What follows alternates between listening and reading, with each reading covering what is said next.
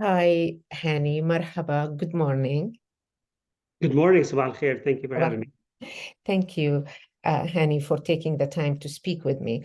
I'm speaking with you today. I'm reaching out because you are Palestinian American. You have family members in Gaza right now. You lost one family member, a brother, a nephew, and a niece. A lot of them, six family members, my brother, his wife, my sister-in-law, four of their kids, and an unlimited amount of cousins, limitless amount of cousins, or limitless numbers of cousins and friends. Wow, we are very sorry for everyone's loss. Honestly, it is our loss as well. So I'm reaching out to you because I think I feel the whole world is in a moment of panic and shock, and we kind of in pain. And I'm taking this moment to connect with you to make sense out of this. So, as someone who is in touch with Gazan people, with Gaza, and what's going on, do you see any light that comes out of the dark, of the heart of darkness that humanity is experiencing right now? Hanan, thank you. It's a critical question we should probably been having for the last 15, 16 years where Gaza has been under siege. A lot of people have not heard the plight of Gaza. And unfortunately, like a lot of states and actors ignore the problem until it becomes unignorable. And that's what basically happened in Gaza. I've been going to Gaza as a person from Gaza, but also with somebody who works with a number of NGOs that want to support the Palestine community, the refugees, the young people. And it's always heartbreaking because, history did not begin on October 7th, certainly. And I'd like an opportunity to talk about Gaza before that date. What before we were led to this moment? How did Gaza look? How did life in Gaza was? So that's sort of like the conversation I'd like to talk about today, perhaps. Mhm. So Hanan, if when obviously Gaza's under siege, and if we look at the numbers prior to October 7th, we're look at what's the number? 81% of the population is under the poverty line. That's 81% of the people are not making enough wage. Unemployment for young people, the younger people, is 75%. So this is just a very grim outlook if you look at it. And then about 60% of the people of Gaza were in food assistance. And that's not sustainable. You look at that, it means poverty, lack of opportunities. And we know 50% of the people of Gaza are under the age of 18. So that's a fairly young population, and you don't offer those young people opportunities.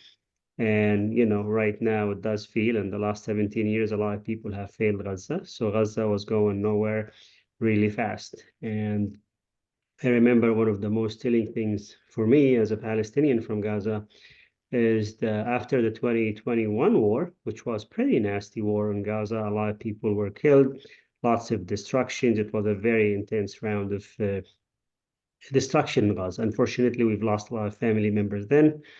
And then after the firing ended, the conversation is started about, hey, Gaza will have a seaport. Gaza will have an open economy. We no longer have to wait for months and in some cases years to travel out of Gaza for the Rafah crossing. There is potential of an airport, and there was a lot of this, a lot of talk that people felt, okay, good, now we have something. Mhm. Unfortunately, the current or the Israeli government that was in charge was not really serious in doing anything for Gaza to, improve conditions, Mhm. and they were not willing to pay the price for peace. And I know that in Gaza, everybody was really ready, like, okay, we've had this is the last war. Let's make something. Let's have an economy. And unfortunately, the players did not come through for Gaza. Mhm. And unfortunately, things kept going nose down diving. And it's just unfortunate, like we were in Gaza 2 months before the crisis, the war, the genocide that is happening in Gaza right now. And here's some shocking numbers for you. In Gaza, where if you have money, you could find a good living, right? Right now, everything is being destroyed. But before this war, there's some nice places to go to spend, to take the Mhm. girls to learn how to horseback ride, swimming pools and things like that. And if you're the 1% exists in every culture, so this is not Mm. a shame. But things were really expensive. I gave you two basic examples. In Gaza, they pay about 5 times the price we pay for electricity in the US. 5 times. And 10 times what they pay in Jerusalem. So Wow. that's a lot in Gaza. And remember, electricity in Gaza, that's sort of like we pay 5% what the Americans pay. And, we're not comparing economies. The average wage in Gaza, if you find a job, is $6 or $7 a day. So a person works all day from 7 to 7 basically to get $7. And I'm telling you here that electricity in Gaza costs 5 times than the US prices. And Mm. guess what? Americans here love to relate to this. We complain about the prices of gas in the US, right? Gaza pays double, twice, 2 times over what we pay here in the US for gas. And think about this, like, really, is this fair? Like, how is that sustainable? The economy is being choked, the place is under siege by both sides, from the US, from the Israeli side, from the Egyptian side, for a number of policies that the US is part of. And the look people can't fish. There is something I saw in a presentation that says the Palestinians of Gaza are meant to fish without sea and farm without land. And that's exactly where we got there. So I'll stop there and I'll invite more questions. So, but I mean, are you trying to tell me that all the situation is an excuse for what is going on right now? How do you mean? I mean, do you think all the difficulties, all the financial uh, problems that you shared with me, is that what led us to where we are now? I mean, people don't have a future and they're hungry and starved. I never was in this position. I imagine, people do everything to feed their family. And if you're not giving them a chance, if you're denying them opportunities, if you're not really helping them, look, I'm not talking about politicians and parties, Hmm. and that's not the conversation. I'm talking about people who see these Hmm. statistics come out from Gaza every month, and people who care about it see it, and they know what's going on. It's not like there is lack of awareness. Maybe the public wasn't aware, but the people in power, they know. But the And thing, and they the do thing, things like they fund UN agencies that provide food in Gaza. That's not sustainable. Like if you are a UN agency during the last administration, a lot of your funds being taken out because you're supporting people in Gaza and refugees. So it's a multi-layered challenge that folks in Palestine and Gaza particularly have to deal with. yes, but I think what we see, what I see too, I mean, that innocent people, everyday people, have nothing to do with the war. I mean, even though they are poor, they are not, they did not start that war. They have nothing to do with Hamas. Yeah, I mean, absolutely. Look, my brother who got killed, he was asleep on October 7th. He had nothing to do with anything. And his family, it's not like he was an activist. He had a small shop. So this war is not really on Hamas. Even the Israelis are extending this to see anybody who liked the post in Hamas should be killed. This is really silly because that's how far this government is going against Palestinians. And yes, so many amazing Palestinians are dead: doctors, physicians, journalists, moms, dads. They have nothing to do with the party that the Israelis want to terminate. But that's not an excuse. People in Gaza know this is a war on everybody.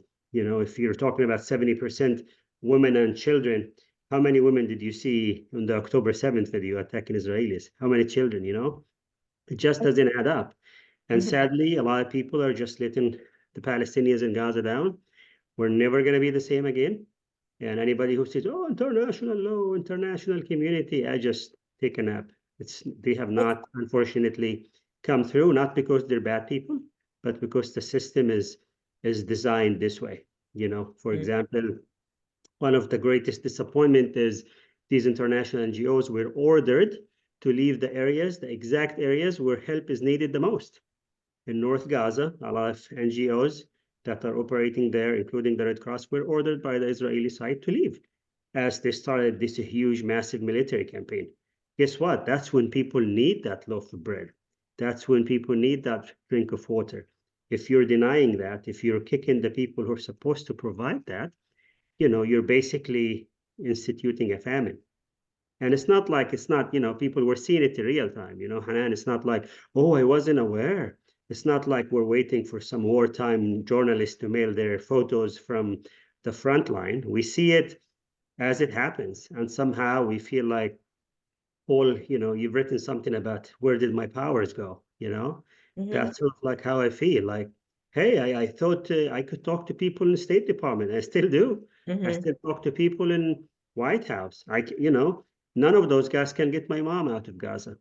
Mm-hmm. I support some UN agencies in my professional line of work, and they even try as hard as they can. They can't get my mom a sip of water. It is the reality. This is not condemning them. They're trying to do work in the south and areas where they're allowed to, but Mm-hmm. there is a letdown that's just, that is we're seeing and experiencing. And I feel like that exactly what is shocking to all people who clearly see that this is nonsense and they are really angry and upset about what's going on to humanity. But the thing here, I believe there is always a light. There is always, and maybe as it is the heart of darkness in Gaza right now, I'm thinking, does anyone or do you hear from anyone in Gaza there is a light of hope? There is something they can do, something they can, empower themselves. I'm not sure. Is there a solution for people who are innocent and being killed every day? Do you think, do they see a light? The only light they see is in their faith and prayers. Real life disagrees with them. You have in the Israeli government that basically wants a non-ending war because for their political campaigns, even though they're paying a heavy toll as well. And that doesn't matter. They just made this story, and people with power are cheering them on. And it's like conscience is dead. The humanity is taking a snooze, and it's heartbreaking because I'm being real with you. I don't see a light out of the tunnel. All parties are not. Basically, the Palestinians. Some Palestinians say, "Hey, I'll go to Canada now." I'm not encouraging this. I'm saying some people they've lost everything. I talked to my brother at the Shifa hospital, and Mm-hmm, he's mm-hmm, sheltering there. And I told him, hey, come to near where our family is. He said, I'm homeless here. I'm homeless there. Our homes are gone. So basically, like why you usually, when you go on a road trip, you say, hey, I'm going to go home. Now there is no, home is gone. Like you're going to be taking a tent. And we're resilient people, 100%. We want to be in Gaza. I'm not saying people should leave Gaza, but we're humans. Have some I empathy. know. What is being happening in Gaza right now? My family jokes with me. They say like, "Oh, we no longer have to live through Judgment Day anymore. We've lived it here. We're Exactly. done." And if you believe in that, this is how folks pray. Believe my mom, she buried her son, but Mm, before she could get the body from all the rubble, she was protecting the site because the stray dog would eat the bodies. And this is real story. We've seen these videos from Beit Hanun, footage, mm. skulls in the streets. It's like, really? And you're asking me like, and you criminalize my speech in social media. You tell me, it's just a very rigged game. A Mm-hmm. lot of those politicians, you got the senator from South Carolina, he basically said, oh, it doesn't matter how many Palestinians I did, I would never question Israel. Mm, Funny enough, he was questioning the president of the US about Ukraine, but mm, Israel is above that. Politicians and politics is disappointing. What I what I think, what gives me hope mm-hmm, is so there's a quote from this person that says, "Count on Americans to do the right thing once they have tried everything else." So after they give the bombs and all that, they may do the right thing eventually.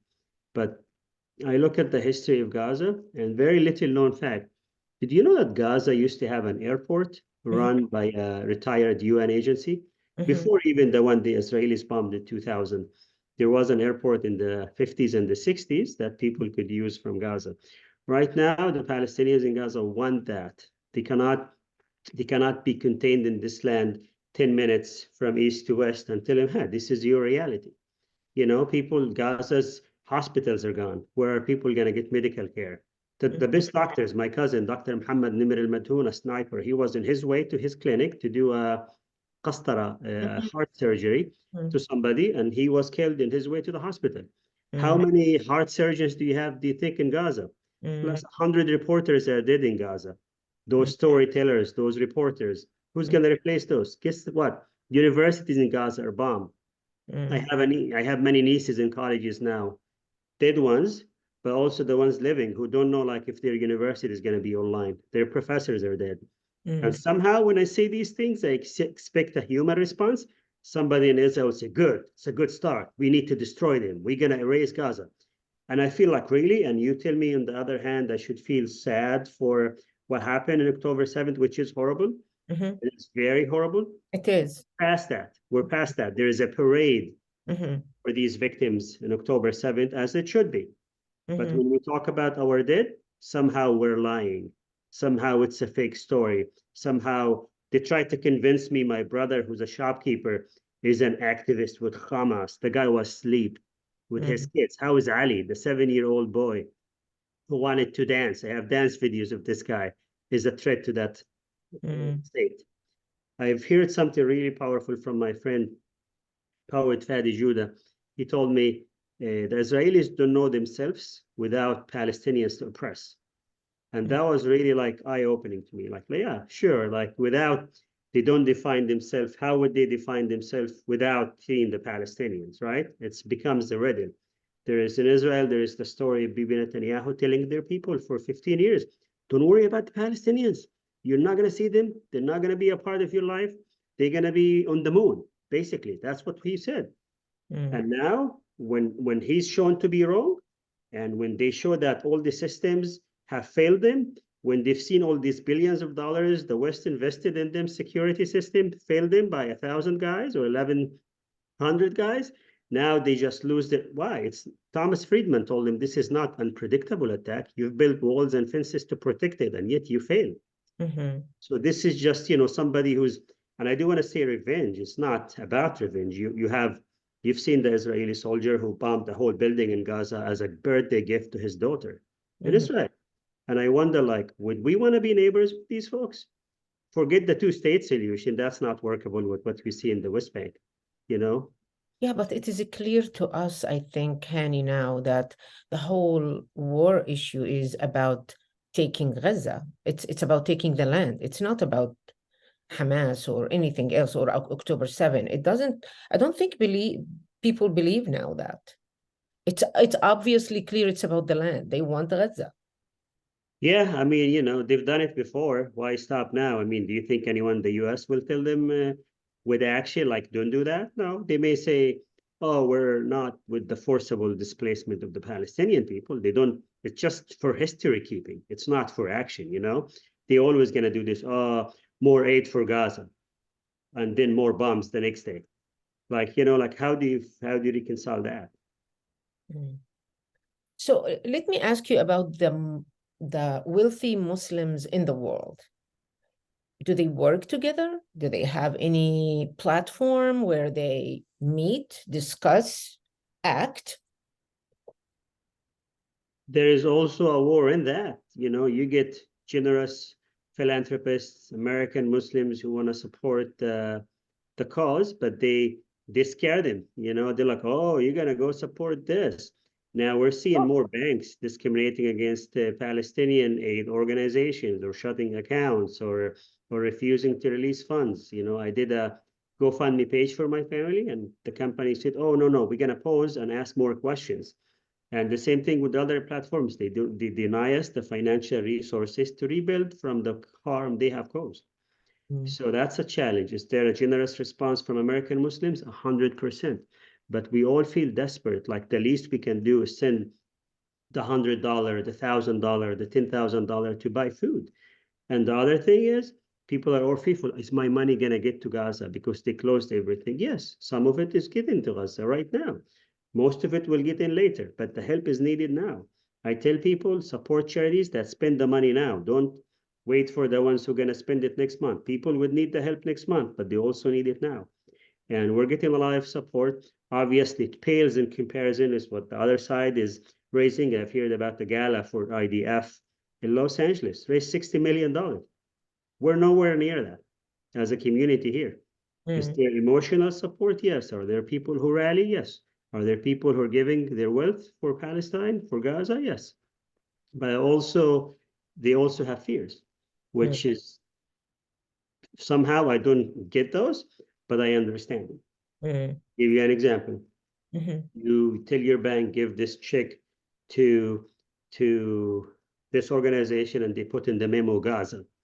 Then that triggers a flag, and they go for further screening. They release the money eventually, but that sort of give you a chilling effect. Like mm, may never, you're given to a UN agency, you're given to a credible US charity, but somehow they want to make sure, like, oh, think twice before this. You could do it. You could do it like, hey, I want to support the IDF in Israel in the check. I have yet to see somebody says, oh, they've faced questions from their bank about this. mm. And you're talking about effectively soldiers who are killing and murdering people. How about I feel like we are always there is no system like we don't have alternatives for transparency when it comes to donating money. Like we always the only option people have is to donate to organizations. Is it possible that we create a system, a transparent system where we see exactly where the money is going and to whom, and maybe the donor have a contact with the person who receives the money? And just I feel like, okay, because I think people at this point in life and technology and advancement, we expect to have other ways, more transparent ways to donate and to help others, just like you track your package. Yeah, I mean, that's something nobody has figured out to do this sort of like, like with Amazon, like, hey, this is being packaged, or the Domino's pizza, this is being delivered, this is being Mhm, put in the oven. In the not-for-profit world, that's a dream. A lot of people want to get there. The issue with it is there is ethical questions. The pizza's not going to tell you don't use my picture, for example. So when you talk with people, there is dignity, there is value, like I could send family money to my family because I know them, I trust them. I will not go send money to strangers in Gaza, right? So mhm, I have that trust. I know I'm giving the money to my family and they're going to use it for something good. I would love for people to do that on a larger scale. I think a lot of, NGOs could do better in terms of report back. Here is we've spent $1 million. You've given 10% of that $1 million. Here is what that bought. Here is what that did. Keep in mind, a lot of those NGOs, they're good people. Like they're not, they're very sensitive. They want to make the world a better place and they want to support. I've been in places where the head of NGO gets a call like, I want to give $10,000. They say, no, give it to this organization. They're doing a better job. This is the situation we are. We're not really. And there are, on the other hand, there are people who are collecting money and then, oh, what you do with it now? And they don't know because they can't, not because they're bad people. mm, So, I mean, there is a program with the orphan sponsorship, right? So this is a program where people sponsor an orphan, mm, and usually they get updates on those, but even that is being phased out because of the admin cost is a lot of high, and some donors, some people want to see their orphan, and some people don't. One of the best things I work on mhm. is the scholarship sponsorship. Okay. Say we have 200 students who are in Gaza, the West Bank, Jordan, Syria, Lebanon. Every year we get the tuition and a stipend for them, but also we get to the donor twice a year. We Mhm, get them their score, their credit, their mm, progress report, a personal letter, and in some cases a picture. mm, That was very helpful for us. If the donor says, I want to talk to my student, we ask the student if it's okay. They provide their information, they have a conversation. mhm, We've done that before. Sometimes there is a language barrier. Like, for example, a Palestinian student in Syria mhm, maybe doesn't speak English. So it mhm, becomes an issue, but there are Arab donors as well who love those connections. It's a lot of work on my part, but we love to do it because here's why. We know we have the full cycle. We know the giver, we know the receiver, and mhm, we just connect them and we make sure the university have the funds they need. Right now, this program is on hold. mm, Before October 7th, the team, my colleague Jason, was working on a digital economy, digital jobs for Gaza, big convention in Gaza that was supposed to happen in November.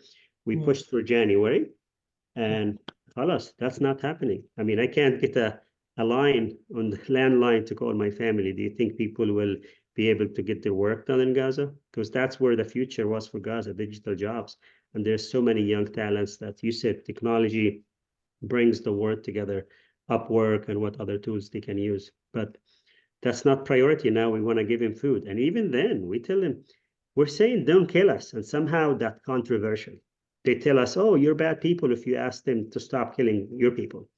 It's like I'm holding an apple and I tell people this is an apple. They tell me, no, you're a criminal. This is an orange. Like it's an apple. No, no, no. And everybody's convinced that this is an orange, like you're the like this is an apple. That's where we are. And you feel like, am I screaming to the void? My people are living in hell right now. Mm. And somehow we look at the same thing and we take different things from it.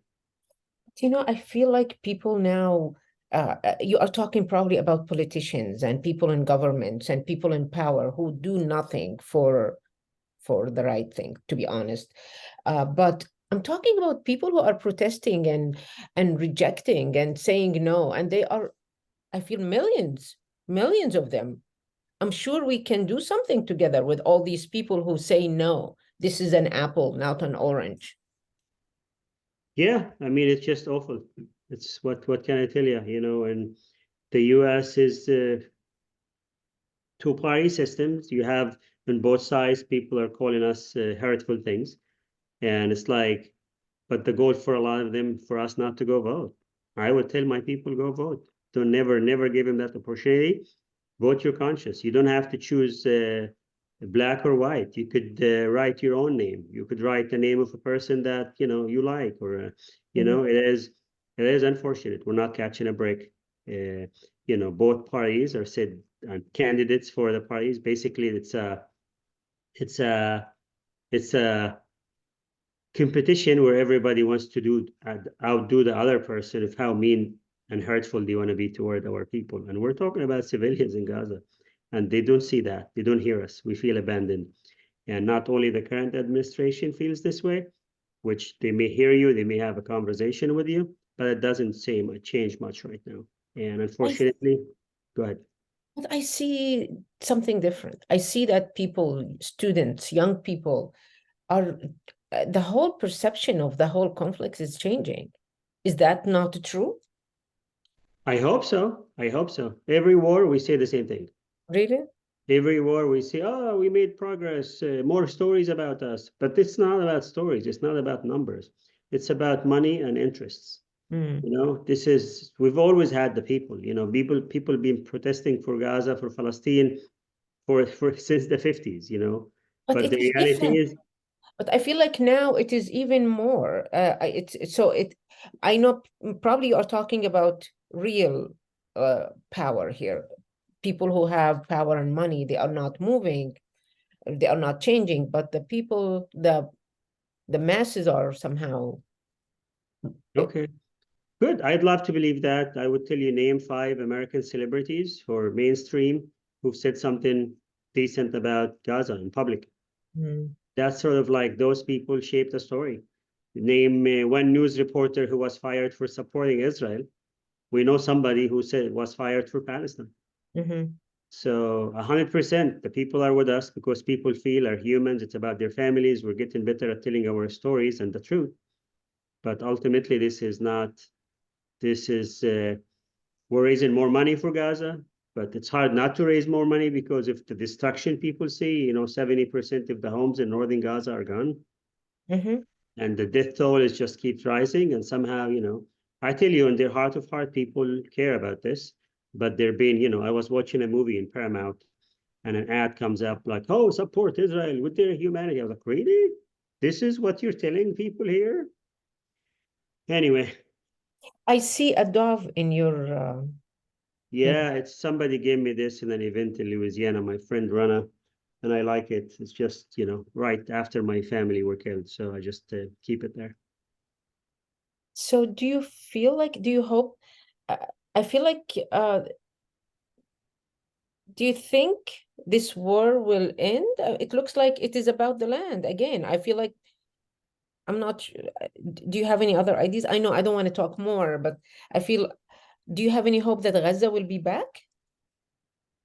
Uh, there has always been plans to empty Gaza. Since the 50s, there is always a plans to empty Gaza from the people, and they've all have failed. This one is different. They may just kill all of Gaza at this point, and nobody cares. They could nuke Gaza, and they will mourn for a day or two, and then say, "Oh my gosh, how did we let this?" They may make a movie about it. They may a documentary, maybe have some hearings, maybe do some investigation that will change nothing. At this point, I feel and I know that the Israeli government seems confused about the next day. They're not even willing to discuss how would Gaza look the next day. And they're not really having the best success right now in Gaza in their plan. Basically, they want to kill an idea. And if people who don't remember this, the party they're going after it only started in the 80s. Our struggle goes back 100 more years, maybe not 100, maybe 50 more years. So that's the reality, like it's not just they're fighting one party or another. The Palestinian Authority or Ramallah is not having a moment right now. They're powerless. The people in the West Bank are getting killed, arrested, land is grabbed.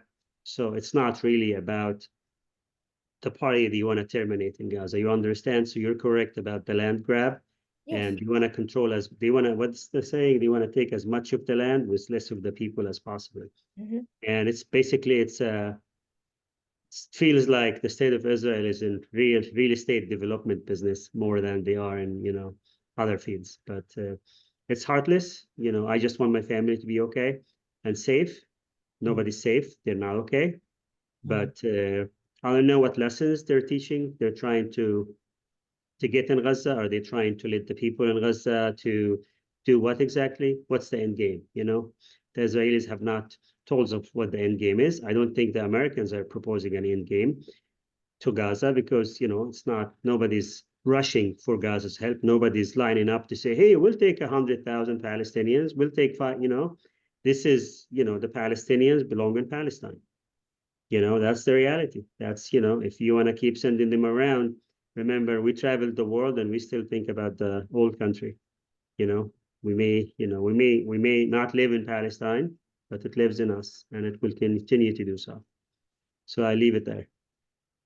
Thank you so much, Hani. Thank you. All right. Thank you. Thank you. Bye-bye.